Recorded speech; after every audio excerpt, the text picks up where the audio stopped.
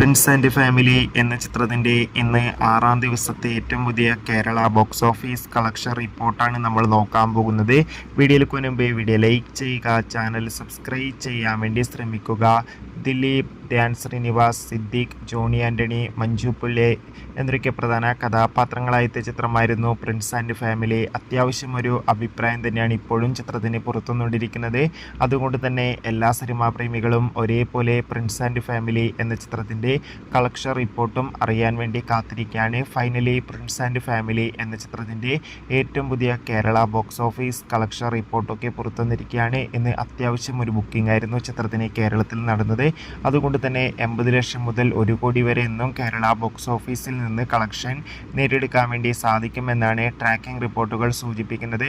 കാത്തിരിക്കാം Prince and family എന്ന ചിത്രത്തിൻ്റെ കൂടുതൽ ബോക്സ് ഓഫീസ് കളക്ഷൻ റിപ്പോർട്ടിനായി. ചിത്രം കണ്ടവരുടെ അഭിപ്രായം കമൻറ്റ് ചെയ്യുക. ബൈ.